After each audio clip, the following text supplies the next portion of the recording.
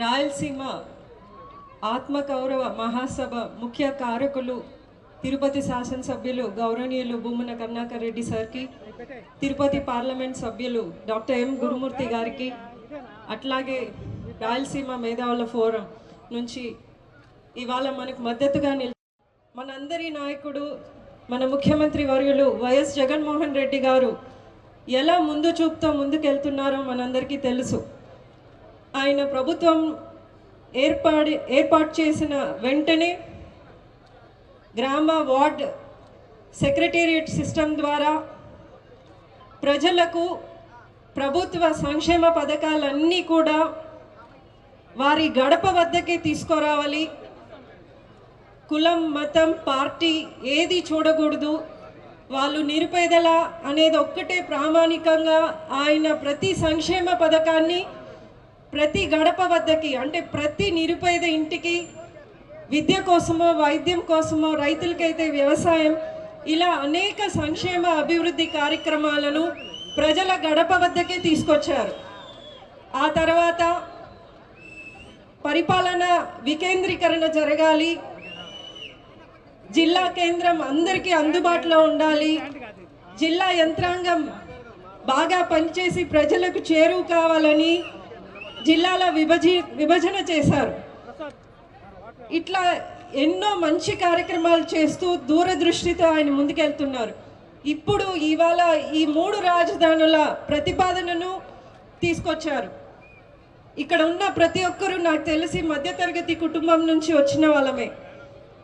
ఒక మధ్యతరగతి యజమాని ఇల్లు కట్టుకుంటే దాదాపుగా 3 గదులు ఉంటాయి. ఆ యజమాని ఏమైనా వస్తువులు కొన్నప్పుడు అన్ని వస్తువులు ఒకే గదిలో పెట్టరు. ఏ గదిలో ఏ వస్తువులు పెట్టాలో అలా అమర్చుకుంటేనే ఆ ఇంటికి అందం, వాళ్ళు కూడా ఆహ్లాదకరంగా ఉంటారు. అలాగే ఒక రాష్ట్రాన్ని పరిపాలించే నాయకుడు మన జగనన్న 3 రాజధానులు వేరు ప్రాంతాల్లో వస్తే అన్ని ప్రాంతాలు సమానంగా అభివృద్ధి చెందుతాయని ఈ 3 రాజధానుల ప్రతిపాదనను మనందరి ముందుకు తీసుకొచ్చారు. మనందరికీ తెలుసు, తిరుపతి వాసులుగా ఇక్కడ చాలామంది వలసలు వచ్చి కూలీలుగా పనిచేస్తుంటారు. దాదాపుగా అనంతపూర్ నుంచి, కర్నూలు జిల్లా నుంచి, కలికిరి వాసులు, ఇంకా శ్రీకాకుళం వాళ్ళు, చాలా 10 ఏళ్లకు విజయనగరం జిల్లా నుంచి కూడా వచ్చి ఇక్కడ కార్మికులు ఎంతో ఇబ్బందులు పడుతూ వాళ్ళ ఊరికి దూరంగా ఇక్కడ పనులు చేసుకుంటుంటారు.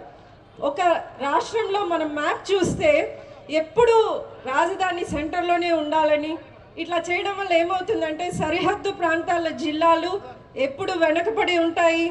అక్కడ పేదరికము, అట్లాగే ఉద్యోగ అవకాశాలు లేకుండా అక్కడ ఉద్యమాలు కూడా ఎక్కువ ఉంటాయి. ఎందుకంటే ఎక్కడైతే అభివృద్ధి ఉంటుందో అక్కడ ఉద్యమాలు ఉండవు.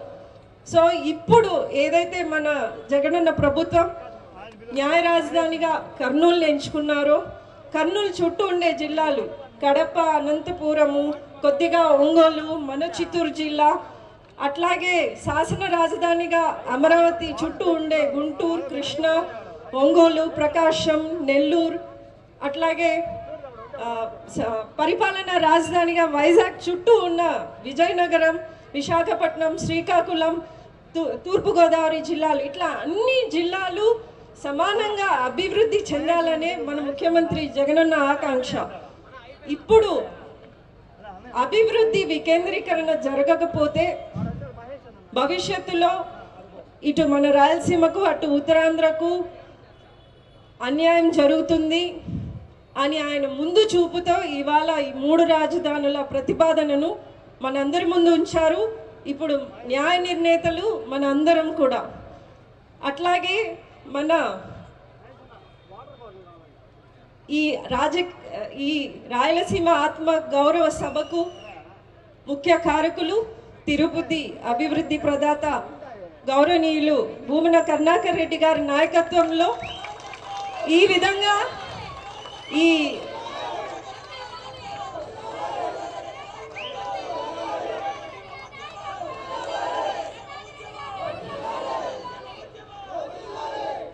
ఈ సభకు మీరందరూ విచ్చేసి జగనన్నకు అట్లాగే కరుణాకర్ రెడ్డి సార్కి మద్దతుగా వచ్చినందుకు మీ అందరికి కూడా ప్రతి ఒక్కరికి శిరస్సు వంచి నమస్కారం. నాకు ఈ అవకాశం ఇచ్చిన పెద్దలందరికీ కృతజ్ఞత.